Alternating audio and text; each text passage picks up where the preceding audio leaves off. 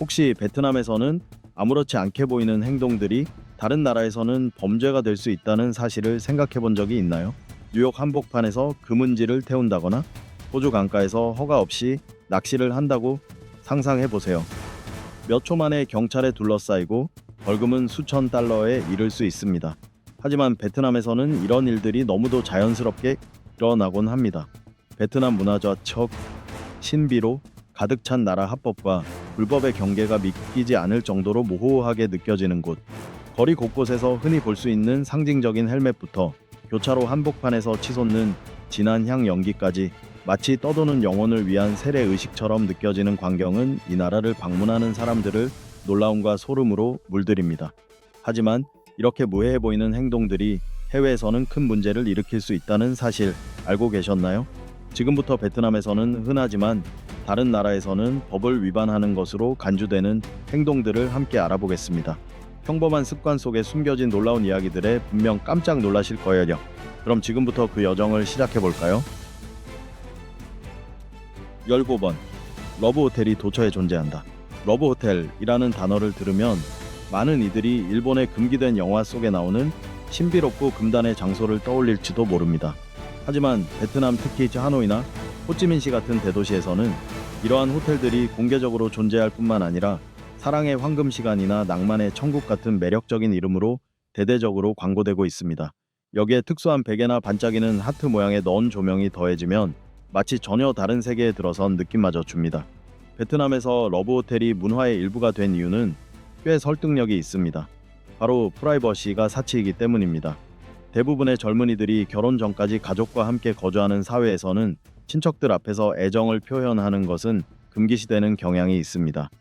이러한 사회적 환경 속에서 러브호텔은 연인들이 가족이나 사회의 눈을 피해 사적인 시간을 보낼 수 있는 이상적인 장소로 자리 잡게 된 것입니다. 반면 서구 국가들에서는 러브호텔이라는 개념이 종종 불법적인 성인 서비스와 연관되어 있습니다. 미국에서는 어떤 장소를 러브호텔로 광고하는 것만으로도 즉각 경찰의 조사를 받을 수 있으며 텍사스나 플로리다 같은 일부 주에서는 모텔의 시간제 대여 자체를 금지하는 법까지 존재합니다. 이는 베트남과의 흥미로운 문화적 대비를 보여줍니다. 베트남에서는 러브호텔이 전통과 현대의 접점을 상징하는 존재로 여겨지고 있기 때문입니다. 베트남의 러브호텔은 단순히 사적인 공간을 제공하는 것을 넘어 사업 아이디어의 창의성을 보여주는 상징이 되기도 합니다. 많은 호텔들은 젊은 고객들을 끌어들이기 위해 빈티지 스타일에서부터 현대적 감각까지 다양한 인테리어에 많은 투자를 하고 있으며 고객 정보 보호와 프라이버시 보장에도 큰 중점을 두고 있습니다. 이로 인해 러브호텔은 단순한 숙박 공간을 넘어 로맨틱한 감정을 되살릴 수 있는 공간으로도 자리매김하고 있습니다.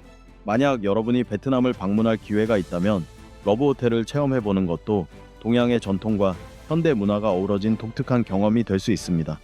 단 온라인 예약 플랫폼에서 반짝이는 하트 넣은 광고를 보게 되더라도 놀라지 마세요. 이 또한 베트남 문화 속에서 잊을 수 없는 색다른 경험이 될 것입니다. 4번. 개와 고양이를 음식으로 먹는 문화. 맞습니다. 잘 들으셨습니다. 베트남에서는 개나 고양이 같은 반려동물이 식탁에 오르거나 심지어 식당 메뉴에 포함되는 것이 아주 흔한 일입니다. 많은 나라에서 이는 불법이자 받아들일 수 없는 행위로 여겨지지만 이곳에서는 오래된 전통의 일부로 자리 잡고 있습니다. 많은 사람들에게 개고기나 고양이 고기를 먹는 것은 소고기나 닭고기를 먹는 것과 별반 다르지 않습니다. 특히 하노이 등 북부 지역에서는 여전히 일부 식당 메뉴에서 개고기나 고양이 고기를 찾아볼 수 있습니다. 이는 많은 외국인 관광객들에게 충격으로 다가오지만 베트남에서는 특정 명절이나 모임에서 전통 음식으로 여겨집니다. 서양 관광객이라면 이것이 가장 독특한 문화적 경험 중 하나가 될 수 있으니 각오하셔야 합니다. 동물보호단체 피이타의 설문조사에 따르면 유럽인의 70% 이상이 개고기 및 고양이 고기를 먹는 행위를 잔인하고 동물 권리를 침해하는 것으로 여깁니다. 미국에서는 이 관행이 비난받는 것은 물론 법적으로도 금지되어 있으며 수만 달러의 벌금이나 징역형에 처해질 수도 있습니다. 그러나 베트남에서는 이에 대한 의견이 일치하지 않습니다. 특히 젊은 세대를 중심으로 이 풍습을 없애야 한다는 인식이 퍼지고 있는 반면 농촌 지역에서는 여전히 쉽게 바뀌지 않는 문화적 특징으로 남아 있습니다. 베트남 동물보호협회의 통계에 따르면 매년 500만 마리 이상의 개와 고양이가 식용으로 도살되고 있다고 합니다. 이 수치는 국내외에서 논란을 불러일으켰으며 국제사회의 관심도 받고 있습니다. 안타깝게도 가정에서 개나 고양이가 도난당하는 사건이 빈번하게 발생하고 있으며 이로 인해 폭력 사태나 심지어 사망 사고로까지 이어진 사례도 있습니다. 이 문제는 더 이상 단순한 문화적 차원의 논쟁이 아니라 치안과 사회 윤리 문제로까지 번지고 있는 실정입니다. 관광객이라면 민감한 상황을 피하기 위해 음식을 고를 때 신중을 기하는 것이 좋습니다. 메뉴를 꼼꼼히 읽고 직원에게 재료에 대해 물어보는 것이 불쾌한 놀람을 피할 수 있는 가장 쉬운 방법입니다. 특히 주의해야 할 용어로는 예야 초개고기, 완자남, 초개고기 VTU호, 작은 호랑이 은어로, 고양이 고기 등이 있으며 매우는 고양이라는 뜻일 뿐 아니라 특정 음식의 이름으로도 쓰일 수 있습니다. 이런 단어들이 보인다면 주문 전에 한 번 더 생각해 보는 것이 좋습니다. 이처럼 베트남은 좋은 의미에서든 나쁜 의미에서든 수많은 놀라움을 안겨주는 나라입니다.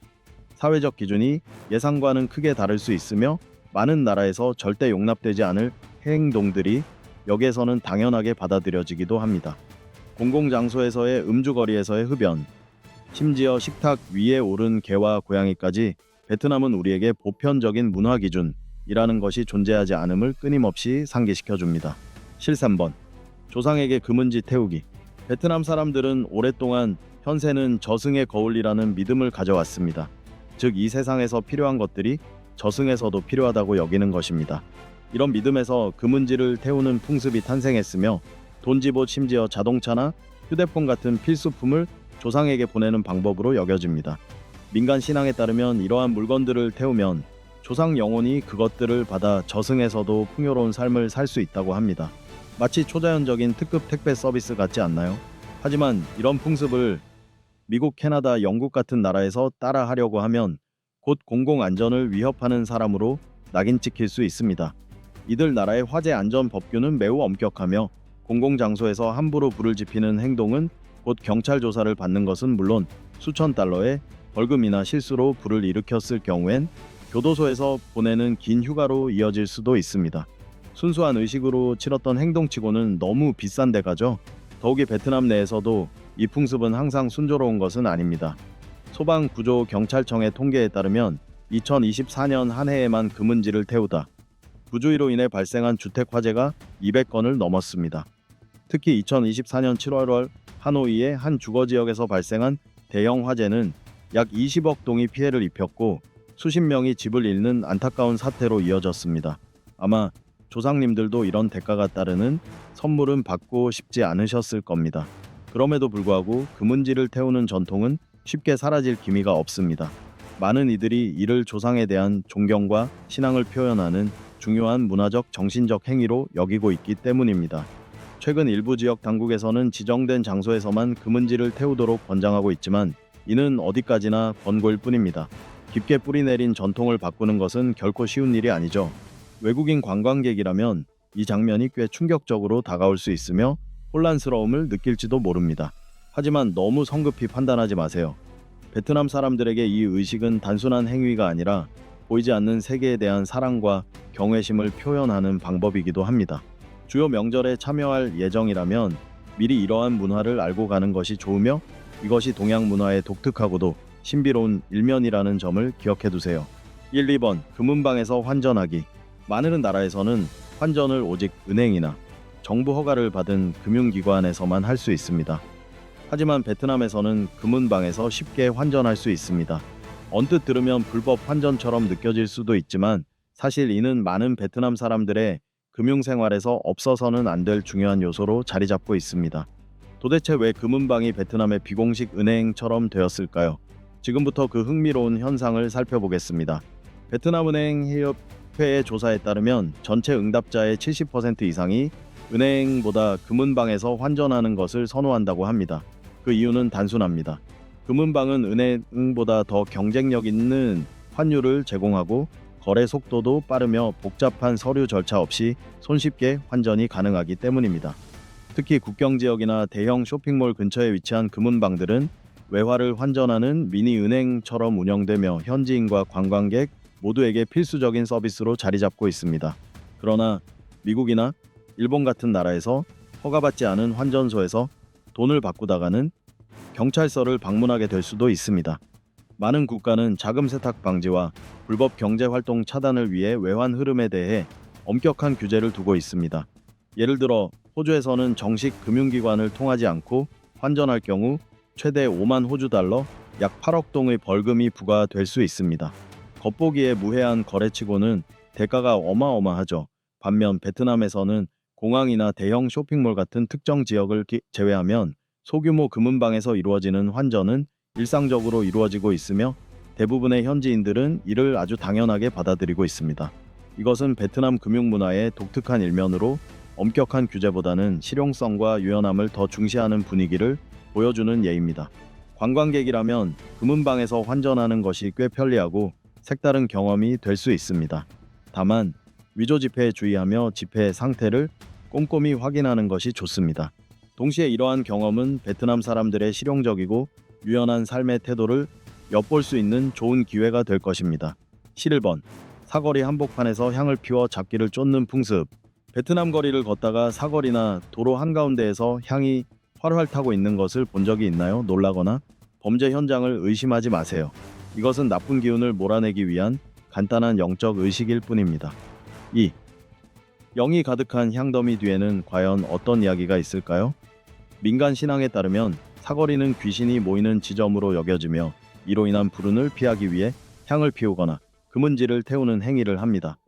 외국인들에게는 마치 공포 영화의 한 장면처럼 느껴질 수 있지만 베트남 사람들에게는 특히 음력, 7월이나 설날 같은 명절에 흔히 볼 수 있는 일상적인 광경입니다. 이는 단순한 의식이 아니라 마음의 평안과 영적 조화를 추구하는 행위이기도 합니다. 하지만 이런 행동을 독일이나 호주 같은 나라에서 시도한다면 경찰의 주목을 받는 건 시간 문제입니다. 공공장소에서 향이나 재물을 태우는 행위는 공공질서 위반이나 화재 위험으로 간주될 수 있으며 실제로 경찰 조사를 받을 수도 있습니다. 똑같은 행동이 문화에 따라 전혀 다른 반응을 이끌어낸다는 점이 매우 흥미롭죠. 베트남에서는 도로 한복판에서 향이 피워지고 있어도 아무도 신고하지 않으며 대부분 무심하게 지나가거나 오히려 조용히 기도를 드리기도 합니다. 이것은 영적인 세계에 대한 믿음이 일상 깊숙이 스며들어 있음을 보여주는 예입니다. 만약 여러분도 향을 피워보고 싶다면 반드시 차가 없는 한적한 곳에서 안전하게 진행하세요. 괜히 영혼을 달래려다 사고를 부를 수도 있으니까요. 10번. 모르는 사람에게도 거리낌 없이 사적인 질문하기. 결혼하셨어요? 월급은 얼마나 받으세요? 언제 아이 가질 거예요? 이런 질문들은 외국인 특히 서구 관광객들에게는 마치 신문처럼 느껴질 수 있습니다. 하지만 베트남에서는 이런 질문이 상대방에 대한 관심과 호의를 표현하는 아주 일상적인 대화 방식입니다. 같은 질문인데 왜 이렇게 반응이 다를까요? 베트남에서는 결혼, 수입, 자녀, 계획 등 사적인 내용을 묻는 것이 전혀 이상하지 않으며 오히려 친근한 대화를 시작하는 방법으로 여겨집니다. 많은 현지인들에게 이런 질문은 지나친 호기심이 아니라 상대의 삶에 진심으로 관심을 갖고 있다는 표현입니다. 그러나 미국이나 유럽과 같은 서구권에서는 이러한 질문이 사생활 침해로 여겨질 수 있으며 불쾌한 시선이나 냉정한 반응을 유발하기도 합니다. 이 차이는 동서양 문화의 프라이버시 개념 차이에서 비롯됩니다. 베트남 사람들은 개인적인 이야기를 나누며 관계를 쌓아간다고 믿는 반면 서구인들은 독립성과 사적인 경계를 중시합니다. 예를 들어 미국에서는 누군가의 월급을 묻는 것은 무례하고 눈치 없는 행동으로 간주되지만 베트남에서는 한 달 월급이 얼마나 되세요? 라는 질문이 단순히 비교하거나 배움을 위한 호기심일 뿐일 수도 있습니다. 하지만 모든 베트남 사람들이 이러한 질문에 편안함을 느끼는 것은 아닙니다. 특히 젊은 세대를 중심으로는 사생활 존중에 대한 인식이 높아지면서 언제 결혼할 거야? 혹은 왜 아직 아이가 없어? 같은 질문이 심리적 부담으로 느껴질 수 있다는 의견도 있습니다. 현대 사회에서 사적인 질문은 때때로 간섭으로 받아들여질 수 있는 만큼 세대 간 인식 차이도 존재합니다. 관광객으로서 이러한 질문을 받는다면 너무 불쾌하게 받아들이지 마세요. 베트남 사람들에게는 그것이 정 많고 친근한 대화 방식일 수 있습니다. 만약 대답하기 불편하다면 웃으며 유쾌하게 넘기거나 가볍게 농담으로 돌리는 것도 좋은 방법입니다. 9번. 세금 신고 없이 주고받는 현금 세뱃돈. 베트남에서 설날 태특은 단순한 가족 모임 이상의 의미를 지닙니다. 이 시기에는 빨간 봉투에 돈을 넣어 서로 주고받는 행운의 돈, 리퀴터브 풍습이 이어지며 이는 복과 번영을 기원하는 상징적인 행위로 여겨집니다. 하지만 이 전통은 많은 외국인들, 특히 서구권 사람들에게는 다소 놀랍고 심지어 혼란스러울 수도 있습니다. 미국, 영국, 캐나다 같은 나라에서는 현금을 주고받는 행위가 단순한 정을 넘어서 세금 문제로 이어질 수 있기 때문입니다. 예를 들어 미국에서는 한 사람이 1년에 다른 사람에게 차마짜치칠러 $1,000 이상을 줄 경우 이를 세무당국에 신고해야 하며 조심하지 않으면 최대 40%의 증여세가 부과될 수 있습니다. 그야말로 작은 선물이 큰 부담이 되는 셈이죠. 반면 베트남에서는 테트 기간에 주고받는 세뱃돈이 세금과는 전혀 무관하며 오히려 전통 문화의 일부로 권장되고 있습니다. 경제사회연구소의 자료에 따르면 매년 수백만 개의 빨간 봉투가 오가며 그 총 금액은 수천억 동에 달하지만 이 모든 거래는 세무신고 대상이 아닙니다. 물론 이 전통에도 논란은 존재합니다. 일부에서는 세뱃돈이 형식적인 부담으로 변질되어주는 사람에게 경제적 압박을 준다고 지적하고 있으며 아이들 역시 봉투의 의미보다는 돈의 액수에 더 집착하게 된다는 비판이 있습니다. 그럼에도 불구하고 대부분의 사람들은 여전히 세뱃돈을 테트의 본질적인 요소로 여기며 가족 간의 유대감을 강화하는 소중한 행위로 간직하고 있습니다.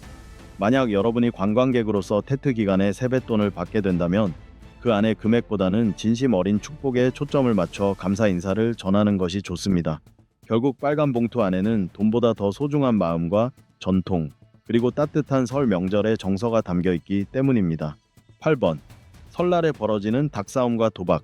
테트 베트남 설날가 다가오면 긴 대나무 던지기나 줄다리기 같은 전통 놀이부터 닭싸움과 도박까지 다양한 놀이가 펼쳐집니다. 마을 한복판에서 사람들이 원을 그리며 두 마리 숱하게 치열한 싸움을 응시하고 있거나 절 근처에서 주사위 소리가 들린다면 놀라지 마세요. 이 모두가 베트남 설날의 오락 문화의 일부이며 없어서는 안 될 테트의 전통입니다. 그런데 이런 놀이들 단순히 재미로만 볼 수 있을까요? 아니면 더 깊은 의미가 있을까요? 닭싸움이나 도박 같은 활동은 한 해의 운을 불러들이고 즐거움을 더하기 위한 것으로 여겨집니다. 하지만 현실에서는 많은 이들이 행운보다 큰 돈을 따기 위한 욕심에 더 집중합니다. 설 세뱃돈을 충당하거나 운 좋게 큰 돈을 벌고 싶은 마음으로 말이죠. 아저씨, 이모들이 시간 가는 줄 모르고 몰입하고 아이들은 월드컵 보는 것처럼 환호합니다. 그 활기찬 분위기와 웃음은 테트를 더욱 흥겹게 만듭니다. 하지만 그 이면에는 첫날에 돈을 모두 잃고 1년 내내 빚을 지게 되는 안타까운 이야기들도 있습니다. 그렇다고 해서 이걸 미국이나 일본에서 하면 바로 경찰서에 가게 됩니다. 이들 나라에서는 허가되지 않은 도박은 철저히 금지되어 있으며 닭싸움은 동물 학대로 간주되어 엄중한 처벌을 받을 수 있습니다. 전통놀이로 여겨지는 베트남과는 큰 문화적 차이를 보여주는 대목이죠. 베트남에서도 닭싸움과 도박은 공식적으로 장려되는 활동은 아니며 법적으로는 억제 대상입니다. 하지만 설날만큼은 분위기가 조금 달라집니다. 온 사회가 관대해지는 듯한 이 시기에는 많은 규칙들이 느슨해지고 축제와 기쁨에 초점이 맞춰집니다. 물론 모든 이가 웃으며 끝나지는 않습니다. 어떤 사람은 설날 첫날부터 모든 돈을 잃고 공동기금에 계속 돈을 내야 하는 불운의 해가 시작되기도 합니다. 기쁨과 위험이 공존하는 양날의 검 같은 문화인 셈입니다. 결국 이 모든 것이 놀이의 이름 아래 이루어지는 일이지만 혹시 참여하게 되더라도 너무 흥분하지 말고 조심하는 것이 좋습니다. 설날의 운은 가끔 지나치면 재앙이 될 수도 있으니까요. 그리고 외국인이라면 이런 모습 역시 베트남 테트 문화의 일부라는 점을 기억하며 열린 마음으로 즐기시면 됩니다. 7번. 공공 하천과 호수에서 자유롭게 낚시하기. 베트남에서는 낚싯대를 들고 강이나 호수 마을 연못으로 가서 하루 종일 낚시를 해도 누구 하나 제지하지 않습니다. 사유지가 아닌 이상 자유롭게 자연을 즐길 수 있는 이 문화는 은퇴한 할아버지부터 젊은 대물 사냥꾼들까지 누구에게나 인기 있는 여가 활동입니다. 하지만 이 습관을 호주나 뉴질랜드 같은 나라에서 그대로 실행하면 상당한 문제에 부딪힐 수 있습니다. 이들 국가에서는 공공장소에서 허가 없이 낚시하는 행위가 불법입니다. 생태계와 야생 생물 보호를 위해 엄격한 규제가 존재하며 허가 없이 낚시하다 적발되면 수천 달러의 벌금을 물어야 할 수 있습니다. 겉보기엔 무해한 취미가 비싼 대가로 돌아올 수 있다는 이야기죠. 이는 각 나라가 자연자원을 어떻게 보호하고 관리하느냐에 대한 인식 차이를 잘 보여줍니다. 반면 베트남에서는 낚시가 일상적인 일입니다. 동네 연못부터 큰 강까지 자연 속에서 한가로이 낚시를 즐기는 사람들을 쉽게 찾아볼 수 있습니다. 하지만 여기에도 암묵적인 예절이 있습니다. 만약 정말 큰 고기를 잡았다면 그냥 잔치 열고 친구들이랑 구워 먹는 게 낫습니다. 괜히 욕심 부려서 연못을 다 비워버리면 동네 어르신들한테 혼쭐이 날 수도 있으니까요. 다만 요즘은 에코투어리즘의 확산으로 인해 일부 낚시터에서는 점점 더 명확한 규정을 마련하고 있습니다. 이는 자연을 보호하면서도 전통 문화는 지키려는 균형의 노력으로 볼 수 있습니다. 결론적으로 베트남에서는 낚시도 놀이도 자연스럽고 유연한 문화의 일부입니다. 하지만 외국에서는 동일한 행동이 법적 문제로 번질 수 있다는 점 꼭 기억하세요. 6번. 형식적으로만 착용하는 헬멧. 전 세계 대부분의 나라에서는 헬멧 착용이 생명을 지키는 중대한 안전 수칙으로 여겨집니다. 충격을 흡수할 수 있는 안전 기준을 충족한 헬멧만이 인정되며 기준 미달의 헬멧을 착용하면 곧바로 벌금 대상이 됩니다. 하지만 베트남에서는 이 헬멧 문화가 훨씬 흥미롭게 전개됩니다. 베트남에서 교통에 참여해 본 적이 있다면 거리의 독특한 헬멧들에 아마 깜짝 놀랐을 겁니다. 이곳에서는 그냥 뭔가 쓰기만 하면 된다는 식의 문화가 팽배해 있습니다. 얇고 가볍고 통풍 잘 되는 게 우선입니다. 많은 사람들이 보호 기능이 거의 없는 허술한 헬멧을 쓰고 있으며 사고가 나면 큰 부상이나 사망 위험도 있습니다. 하지만 겉모양이 헬멧처럼만 보이면 교통경찰도 눈 감아주는 경우가 많습니다. 결국 베트남에서 헬멧 착용은 실제 안전을 위한 조치라기보다 형식적인 절차에 가깝습니다. 더 재미있는 건 이 헬멧들이 패션 아이템처럼 변신했다는 점입니다. 마치 파리 패션쇼 못지않게 토끼 귀, 고양이 귀, 슈퍼히어로 로고가 그려진 헬멧들이 도로를 점령하고 있습니다. 귀여운 고양이 귀 헬멧을 쓴 소녀 슈퍼맨, 헬멧을 쓴 소녀는 흔한 풍경이며 이 모든 것이 개성 표현의 수단이 되었습니다. 어느 날 외국인 친구가 베트남 사람의 헬멧 착용 모습을 보고 깜짝 놀라며 말했죠. 헬멧을 쓰긴 썼는데 턱끈을 안 잠그면 무슨 소용이야. 저는 웃으며 말했어요. 우린 그걸 베트남 스타일이라고 불러. 편하면서도 창의적이지. 실제로 턱끈을 잠그지 않는 헬멧 착용은 베트남 교통에서 하나의 번화의 명물이 되어 많은 관광객들에게 놀라움과 웃음을 줍니다. 물론 개인 안전을 진지하게 생각하는 사람들도 있지만 아직까지는 소수에 불과합니다. 베트남에 오게 된다면 이런 광경에 놀라지 마세요. 다만 자신의 안전만큼은 제대로 된 헬멧으로 지키는 것을 꼭 잊지 마시길 바랍니다. 5번. 개와 고양이를 거리에서 마음껏 풀어놓기. 일본, 호주, 싱가포르 같은 선진국에서는 개나 고양이를 목줄이나 입마개 없이 거리에서 풀어놓는 순간 벌금과 따가운 시선을 피할 수 없습니다. 이들 국가에서는 반려동물이 단순한 애완동물이 아닌 사회적 책임이 따르는 존재입니다. 공격적인 성향이 있는 개는 반드시 입마개를 착용해야 하며 외출 시 목줄은 필수입니다. 만약 공공장소에서 반려동물이 배설했다면 즉시 치우는 것은 기본 중의 기본입니다. 작은 실수 하나가 동물관리국의 방문으로 이어질 수도 있습니다. 하지만 베트남에서는 상황이 완전히 다릅니다. 개와 고양이를 거리에서 자유롭게 풀어놓는 것이 흔한 일상입니다. 특히 시골 지역이나 외곽 동네에서는 이러한 모습이 너무도 자연스럽죠. 이 거리의 보스들은 거리 곳곳을 마치 자기 땅처럼 돌아다니며 아무렇지 않게 도로를 건너기도 합니다. 덕분에 오토바이 운전자들은 급브레이크를 밟고 욕 한마디를 내뱉으며 지나가야 하죠. 이거 누구네 개야 대체. 심지어 한 마리도 아니고 아예 무리지어 다니는 개와 고양이들을 만나게 될 때도 있습니다. 이 길거리 갱단들은 시장이나 식당에 들어가서 먹을 걸 구걸하기도 하고 아무렇지 않게 자리를 차지하고 앉아버리기도 합니다. 놀라운 건 현지인들은 이런 동물들에게 꽤 관대하다는 점입니다. 길에서 만나면 쓰다듬어주거나 음식을 던져주는 사람도 많습니다. 그러나 이 동물들이 공격적으로 변하는 경우 이야기는 달라집니다. 실제로 풀어놓은 개가 사람을 물거나 교통사고를 일으킨 사례도 다수 발생했습니다. 아이를 문 유기견 사건은 큰 사회적 분노를 일으켰고 반려동물 규제 강화를 요구하는 목소리도 터져 나왔습니다. 그러나 시간이 지나면 다시 조용해지고 모든 것이 원래대로 돌아갑니다. 사실 베트남 법에도 개를 외출 시 목줄과 입마개를 착용해야 한다는 규정이 있습니다. 그러나 여전히 단속은 느슨하고 실제로는 독일 셰퍼드나 핏불 같은 대형견들이 통제 없이 활보하는 모습을 흔히 볼 수 있습니다. 얘는 아주 착해서 안 물어요 라는 주인의 말이 반복되지만 보스가 언제 화낼지는 아무도 모릅니다. 그렇다면 외국인 관광객은 이런 거리 보스들을 만났을 때 어떻게 해야 할까요? 첫째, 위협적으로 보이는 개는 무조건 거리두기가 우선입니다. 개나 고양이 무리가 길을 막고 있다면 억지로 쫓기보다는 조용히 돌아가세요. 괜히 위협을 느끼면 방역할 수도 있기 때문이죠. 물론 용감하고 친화적인 성격이라면 조심스럽게 다가가 음식을 건네며 친해지는 시도도 해보세요. 놀랍게도 이 보스들은 한번 마음을 열면 금방 친구가 될지도 모릅니다. 4번. 일주일 동안 이어지는 결혼식. 결혼식이 단 몇 시간짜리 간단한 예식과 식사만으로 끝난다고 생각한다면 베트남식 성대한 결혼식을 경험해보지 못한 겁니다.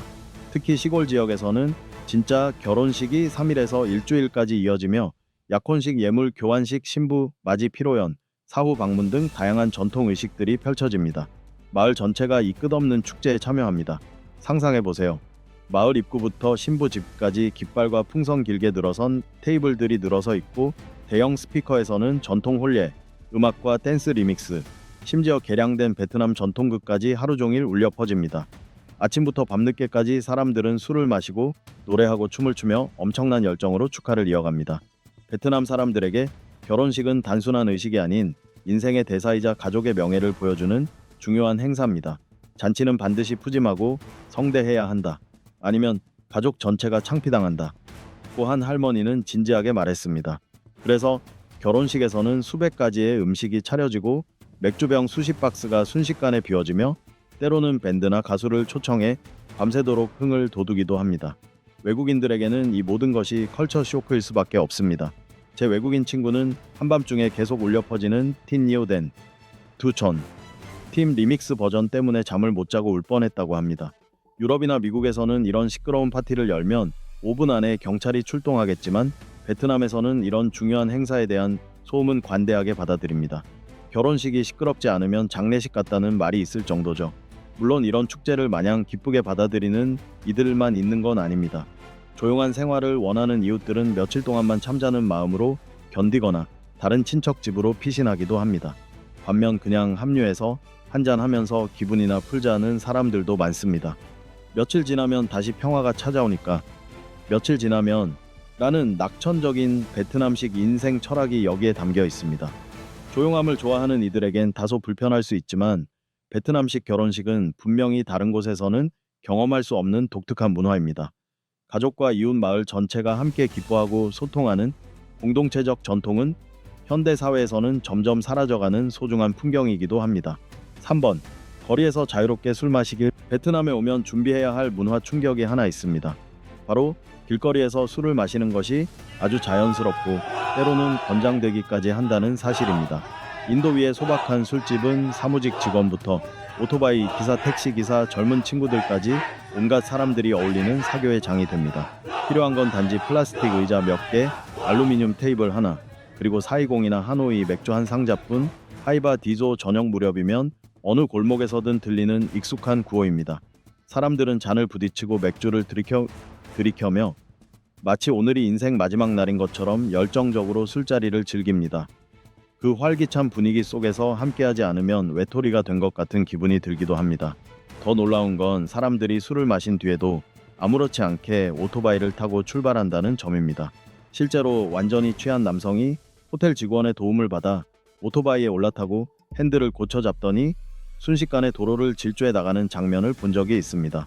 아무도 말리지 않았고 아무도 걱정하지 않는 분위기에 저는 할 말을 잃었죠. 이게 현실이야 꿈이야. 미국이나 영국 같은 서구 국가에서는 공공장소에서 술을 마시는 것 자체가 벌금 대상입니다. 심지어 맥주 한 병을 들고 앉아 있기만 해도 공공질서 위반으로 단속을 받을 수 있습니다. 하지만 베트남에서는 이런 인도위 술자리가 문화의 일부로 여겨집니다. 그래서 베트남 사람들은 종종 말합니다. 길거리에서 술집이 안 보이면 거긴 베트남이 아니야. 남성들뿐 아니라 여성들과 젊은이들도 아무 거리낌 없이 이 술자리에 참여합니다. 술은 단순한 음료가 아니라 인간관계를 이어주는 중요한 수단입니다. 누군가가 술을 권했을 때 거절하면 예의 없다, 혹은 상대방을 무시한다는 인상을 줄 수 있죠. 그러니 초대받으면 마음의 준비를 단단히 하고 가야 합니다. 거절은 생각보다 어렵습니다. 2번. 비행기에서 냄새나는 음식을 가져오는 일. 발효된 돼지고기, 새우젓, 말린 생선. 이 음식들은 베트남의 유명한 별미일 뿐만 아니라 처음 접하는 사람들의 후각을 충격에 빠뜨릴 수 있는 위력을 지니고 있습니다. 베트남 사람들에게는 이러한 냄새가 향기롭고 풍부한 맛으로 묘사되지만 일부 외국인 방문객들에게는 이 냄새가 후각의 도전처럼 느껴질 수 있습니다. 비행기 안에서 도시락을 기대감 있게 열었는데 그 순간 기내 전체가 숨을 참게 되는 상황을 상상해 보세요. 새우젓 향이 퍼지기 시작하면 단순한 놀람을 넘어 진정한 문화 충격이 됩니다. 미국, 일본, 싱가포르와 같은 많은 나라에서는 공공장소의 냄새에 대해 엄격한 규정을 두고 있으며 냄새가 강한 음식 하나만으로도 주변 승객들의 죽음의 시선을 받을 수 있습니다. 일부 항공사에서는 승무원이 다른 승객들에게 불쾌감을 주지 않도록 음식을 치우거나 폐기하라고 요청하기도 합니다. 하지만 베트남에서는 이것이 전혀 문제가 되지 않습니다. 발효된 돼지고기, 말린 생선, 새콤달콤한 고기, 요리 등은 여행 중 반드시 챙겨야 할 필수품으로 여겨집니다. 장거리 버스에서는 누군가가 발효된 돼지고기 포장을 풀거나 바게트에 돼지고기 소시지를 넣어 먹는 소리를 쉽게 들을 수 있고 당연히 그 냄새는 여행 내내 따라다닙니다. 흥미로운 점은 많은 외국인들이 발효 돼지고기나 새우젓을 처음 먹어본 뒤 냄새는 끔찍했지만 한번 먹어보니 믿을 수 없을 정도로 맛있다고 인정한다는 점입니다. 말하자면 베트남 음식은 항상 놀라움이 따르며 감각에 대한 도전이자 보상이기도 합니다. 그래서 이런 음식을 비행기에 가져갈 계획이라면 두 가지 반응을 예상하세요. 누군가는 호기심을 갖고 먹어보고 싶어 할 것이고 또 다른 누군가는 기내 전체의 공공의 적으로 여러분을 볼 수도 있습니다. 폭풍을 일으키기 전에 두 번 생각하세요. 1번. 신용카드 사기. 베트남에서는 신용카드 결제와 ATM 인출이 점점 일반화되고 있지만 사기 수법 또한 점점 증가하고 있습니다. 조심하지 않으면 너무도 빨리 돈을 잃을 수 있습니다. 저는 단 한 번 식당에서 카드 긁었다가 8,000달러 이상을 잃은 관광객 이야기를 들은 적이 있습니다. 이건 허구가 아니라 부주의의 대가로 겪은 쓰라린 교훈입니다. 신용카드 사기는 보통 스키머 장치를 설치하는 방식으로 이루어집니다. 이는 ATM이나 카드 단말기에 몰래 부착된 카드 리더기로 어떤 사기범들은 피임 번호를 촬영하기 위해 몰래카메라까지 설치하기도 합니다. 본인은 안전한 거래를 하고 있다고 생각하겠지만 실제로는 카드 정보가 몇 초 만에 도난당할 수 있습니다. 또한 외진 곳에 위치한 ATM은 사기범들에게 금광이나 마찬가지입니다. 보안 관리가 소홀한 장소에서 ATM을 사용하는 순간 당신은 피해자가 될 수 있으며 계좌를 확인할 때까지 피해 사실조차 인식하지 못할 수도 있습니다. 그렇다면 이런 사기를 어떻게 예방할 수 있을까요? 첫 번째 팁은 와이즈나 레볼루트과 같은 특수 여행용 카드를 사용하는 것입니다. 이 카드들은 보안 기능이 강화되어 있어 의심스러운 거래로부터 사용자를 보호합니다. 또한 ATM을 사용할 때는 은행이나 사람이 많은 장소, 보안 요원이 있는 곳에 설치된 기기를 선택하세요. 거래 전에는 카드 삽입구에 긁힌 자국, 느슨한 부품, 이상한 부착물이 있는지 확인하세요. 조금이라도 이상하다면 다른 기기를 이용하는 것이 좋습니다. 식당이나 카페, 상점에서는 직원에게 카드 단말기를 눈앞에서 결제해 달라고 요청하세요. 기기를 가지고 멀리 가버리는 상황은 되도록 피하는 것이 좋습니다. 또한 은행 앱이나 SMS를 통한 거래 알림 기능을 활성화해두면 이상 거래가 발생했을 때 빠르게 확인하고 조치할 수 있습니다. ATM비뿐만 아니라 일부 관광객들은 온라인 거래 중에도 사기를 당합니다. 특히 신뢰할 수 없는 웹사이트에서 쇼핑할 경우 더욱 그렇습니다. 따라서 온라인 결제를 할 때는 항상 규모가 크고 평판이 좋은 사이트를 이용하고 OTP와 같은 인증 절차가 있는 사이트를 우선적으로 사용해야 합니다. 결론적으로 사기의 위험은 베트남만의 문제가 아니라 어느 나라에서나 발생할 수 있습니다. 그러나 각 나라의 특수한 상황을 이해하고 조심하는 태도만이 불필요한 금전 손실을 막을 수 있습니다. 베트남은 이상하고 예기치 못한 일들로 가득한 나라입니다. 이곳에서는 무해해 보이는 습관들이 외국에서는 큰 문제가 될 수 있습니다. 그러나 바로 그런 점들이 베트남만의 독특하고 뚜렷한 문화를 만들어냅니다. 이 영상이 흥미로웠다면 좋아요와 공유, 구독을 잊지 마세요. 그리고 댓글로 알려주세요. 여러분이 베트남에서 겪은 가장 이상한 경험은 무엇인가요?